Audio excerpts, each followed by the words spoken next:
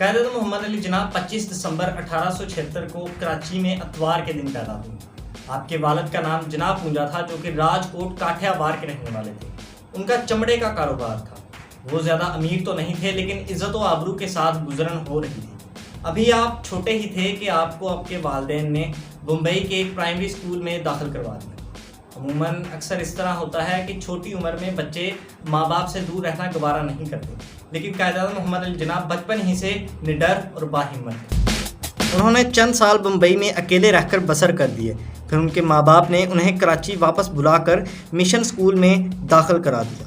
اس school میں محمد علی جناح نے matric کا امتحان پاس کیا۔ اس وقت ان کی عمر 16 سال تھی۔ اس زمانے میں لڑکے صرف میٹرک کر لینے کے بعد بھی بیرسٹری کے لیے انگلستان بھیج دیے جاتے تھے۔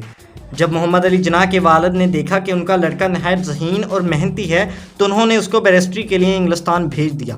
16 سال کی عمر سے 20 سال کی عمر تک کل 4 سال محمد علی جناح انگلستان میں رہے۔ کھیل کود اور آوارہ گردی سے پورا پرہیز کیا، رات دن پڑھنے میں مصروف رہے اور 1896 میں بیرسٹری پاس کر کے واپس کراچی پہنچ گئے۔ انگلستان میں محمد علی جناح کا شمار بڑے محنتی طالب علموں میں ہوتا تھا۔ وہ ہمیشہ اسکول کا کام جی لگا کر کرتے۔ ان کے لہجے میں بھی بڑی نفاست تھی۔ اپنی کتابیں ہمیشہ سنبھال کر رکھتے، صاف ستھرا لباس پہنتے۔ ان کے کپڑوں اور کتابوں پر کبھی کوئی داغ دھبا نظر نہیں آتا تھا۔ ان کا یہ انداز ہمیشہ قائم رہا اور مرتے دم تک ان کی نفاست پسندی میں کوئی فرق نہ آیا۔ جن دنوں محمد علی جناح انگلستان میں تھے، یہاں ان کے والد کے کاروبار میں خسارے پر خسارہ ہونے لگا اور خاندان پر غریبی کی گھٹا چھا گئی۔ محمد علی جناح واپس آئے تو انہیں معلوم ہوا کہ اب ان کو باپ کی دولت سے کوئی سہارا نہیں مل سکتا اور اپنی محنت ہی سے اپنے پاؤں پر کھڑا ہونا پڑے گا۔ ان کے خاندان کے لوگ چاہتے تھے کہ محمد علی کراچی ہی میں رہیں، لیکن ان دنوں سندھ بھی علیحدہ صوبہ نہیں تھا بلکہ بمبئی کے صوبے میں شامل تھا، اور کراچی کو وہ حیثیت حاصل نہ ہوئی تھی جو آگے چل کر اسے نصیب ہونے والی تھی۔ اس لیے محمد علی جناح کا دل یہ کہتا تھا کہ کراچی کا میدان ان کے حوصلوں کے مقابلے میں تنگ ہے اور بمبئی چل کر قسمت آزمائی کرنی چاہیے۔ آخر ان کے عزم کی پختگی عزیزوں کے اسرار پر غالب آئی۔ انہوں نے کراچی سے دامن چھڑایا اور اللہ کا نام لے کر بمبئی روانہ ہو گئے۔ قائد-اعظم محمد علی جناح نے مشکلوں سے ہار ماننا سیکھا ہی نہیں تھا۔ وہ ہر وقت قانونی کتابوں کا مطالعہ کرتے رہتے تھے۔ کوئی چھوٹا موٹا مقدمہ مل جاتا تھا، اس کی تیاری میں رات دن ایک کر دیتے تھے۔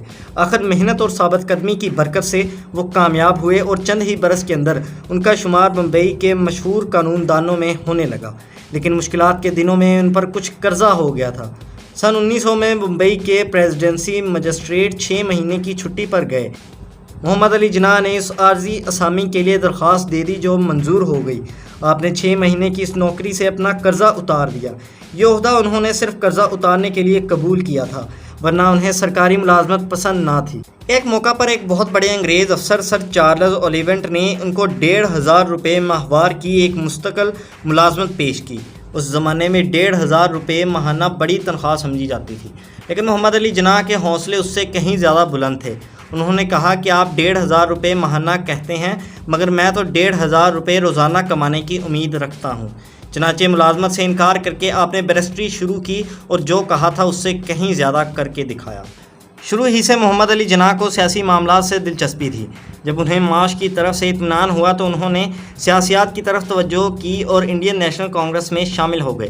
ان دنوں ہندوستان میں لے دے کے کانگریس ہی ایک سیاسی جماعت تھی جو کہنے کو تو سارے ملک کی نمائندہ سمجھی جاتی تھی، لیکن مسلمانوں میں سے صرف گنتی کے چند آدمی ہی تھے۔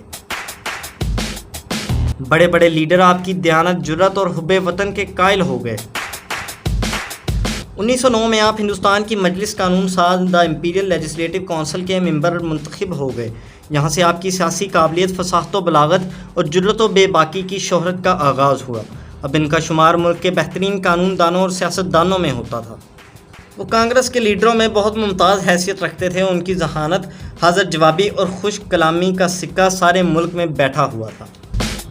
30 دسمبر 1906 سے ملک میں کانگریس کے علاوہ ایک سیاسی مجلس مسلم لیگ کے نام سے قائم ہو چکی تھی، جس کا مقصد یہ تھا کہ انگریزی حکومت کی طرف سے اہل ہند کو جو حقوق ملیں ان میں مسلمانوں کا باقاعدہ حصہ مقرر اور محفوظ کر دیا جائے۔ کونسل کی ممبری اور سرکاری ملازمتوں میں ان کا حصہ الگ ہو۔ میونسپل کمیٹیوں اور کونسلوں کی ممبری کے لیے جداگانہ انتخاب کے طریقے کو راج دیا جائے۔ مسلمان کو ووٹ دیں اور ہندوؤں کو۔ مسلم لیگ میں اس زمانے کے اکثر معزز مسلمان لیڈر شریک تھے، لیکن محمد علی جناح شروع میں اس جماعت سے بالکل الگ رہے۔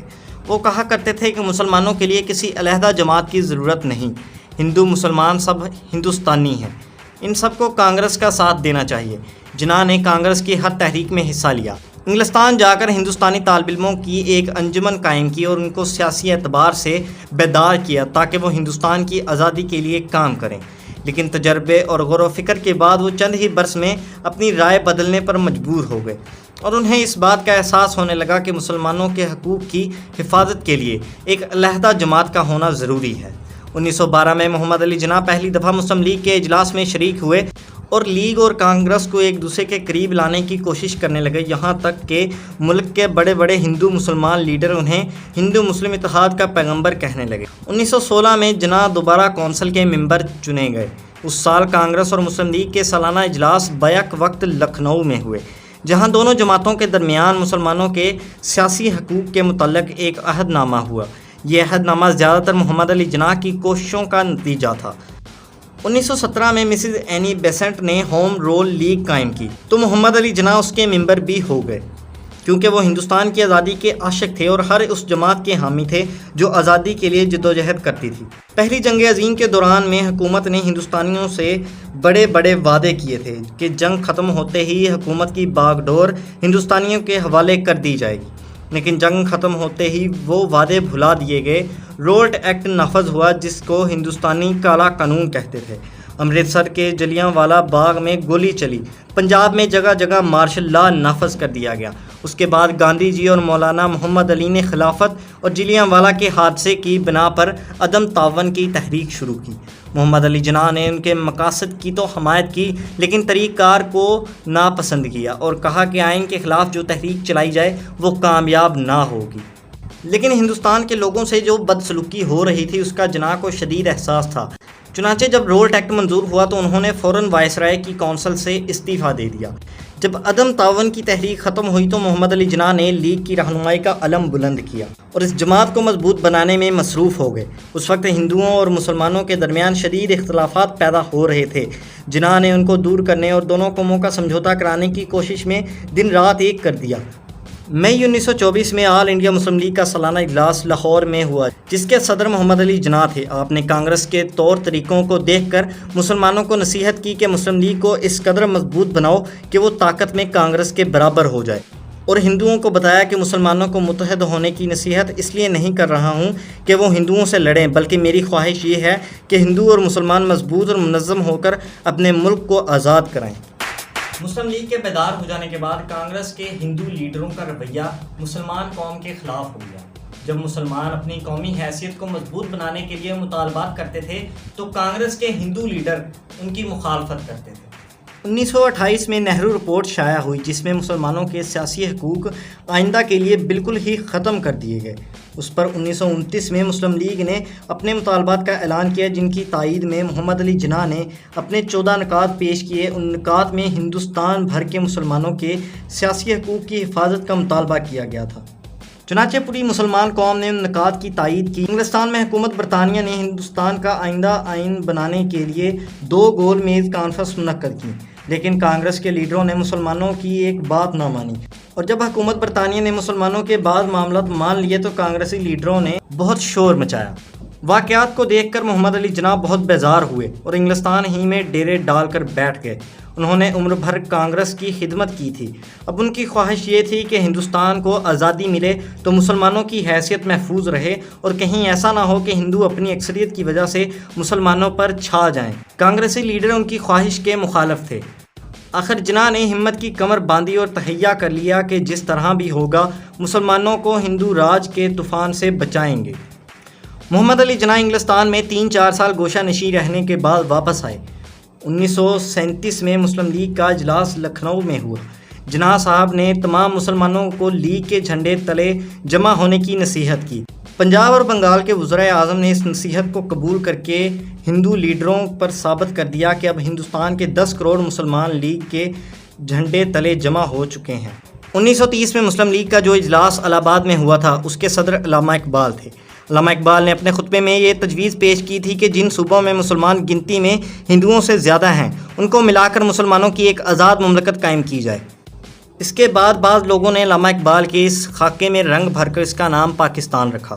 اس وقت تو اکثر لوگ اس خیال کی ہنسی اڑاتے تھے اور کہتے تھے کہ یہ ایک شاعر کا خواب ہے، بھلا یہ ممکن ہے کہ ہندوستان سے ایک حصہ الگ کر کے اس میں خالص مسلمانوں کی حکومت قائم کر دی جائے؟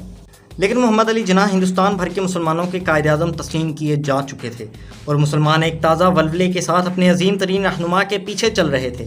1940 میں نون لیگ کا جو سالانہ اجلاس لاہور میں ہوا، اس میں مسلم لیگ نے قائد اعظم کی رہنمائی میں پاکستان قائم کرنے کا بیڑا اٹھا لیا اور سارا ملک ان کے نعروں سے گونج اٹھا۔ مسلم لیگ کے اس اجلاس کے بعد بہتری کی کوششیں کی گئیں کہ قائد اعظم پاکستان کا مطالبہ ترک کر دیں، لیکن پاکستان کا نام ان کے دل پر نقش ہو چکا تھا۔ وہ اٹھتے بیٹھتے سوتے جاگتے اسی کا ذکر کرتے اور پاکستان کی تحریک بھی ایک پھولتی پھیلتی ہوئی شاخ سبز کی طرح بڑی تیزی سے نشوونما پا رہی تھی۔ قائد اعظم جہاں کہیں جاتے لوگ ان کے راستے میں آنکھیں بچھاتے۔ اس وقت ان کی عمر 65 برس کی ہو گئی، لیکن وہ دبلے پتلے اور کمزور ہونے کے باوجود بہت جفاکش، انتھک اور نڈر انسان تھے۔ وہ ہندوستان کے گوشے گوشے میں پہنچے، جگہ جگہ تقریریں کیں، لوگوں کو پاکستان کا مطلب سمجھایا، ہر جگہ بحث اور بات چیت میں حصہ لیا اور پاکستان کی حمایت میں ایسی دلیلیں دیں کہ بڑے بڑے منکروں کے چھکے چھڑا دیے، یہاں تک کہ برطانوی حکومت اور کانگریس دونوں نے پاکستان کے مطالبے کے آگے سر جھکا دیے۔ آخر 13 جون 1947 کو وائس رائے لارڈ ماؤنٹ بیٹن نے برطانوی حکومت کی طرف سے پاکستان کے قیام کا اعلان کر دیا۔ مسلمانوں کا یہ مطالبہ تھا کہ پنجاب، سرحد، سندھ، بلوچستان اور بنگال یہ پورے کے پورے صوبے پاکستان کے حوالے کر دیے، لیکن حکومت برطانیہ نے کانگریس کے مطالبے پر بنگال اور پنجاب کے دو حصوں میں تقسیم کر دیا، آدھا بنگال اور آدھا پنجاب ہندوستان کے حصے میں اور آدھا بنگال اور آدھا پنجاب مسلمانوں کو دے دیا گیا۔ 14 اگست 1947 کو پاکستان دنیا کے نقشے پر نمودار ہو گیا اور قائد اعظم محمد علی جناح کا نام دنیا کی تاریخ میں سنہری حروف سے لکھا گیا، جنہوں نے خون کا ایک قطر بہائے بغیر 8 کروڑ انسانوں کی ایک آزاد مملکت پیدا کر دی۔ آپ اس نئے ملک کے پہلے گورنر جنرل مقرر ہوئے۔ وہ کئی برس سے اسلام اور مسلمانوں کی خدمت میں اتنے محنت کر رہے تھے کہ نہ دن کو آرام کرنے کے لیے وقت ملتا تھا نہ رات کو۔ پاکستان قائم ہونے کے بعد انہیں پہلے سے بھی زیادہ محنت کرنی پڑی۔ آخر ان کی صحت جواب دے گئی اور وہ ڈاکٹروں کے مشورے سے زیارت چلے گئے، جو بلوچستان میں ایک صحت افزا مقام ہے۔ یہاں کراچی سے زیادہ سکون تھا، آب و ہوا بھی اچھی تھی، علاج کے لیے پاکستان کے اچھے سے اچھے ڈاکٹر موجود تھے، لیکن موت کا کوئی علاج نہیں۔ بیماری روز بروز بڑھتی گئی۔ جب حالت بے حد نازک ہو گئی تو 11 ستمبر 1948 کو کراچی پہنچا دیے گئے۔ ابھی کراچی پہنچے تھوڑی ہی دیر ہوئی تھی کہ مسلمانوں کا یہ سب سے بڑا لیڈر اور پاکستان کا معمار دنیا سے رخصت ہو گیا۔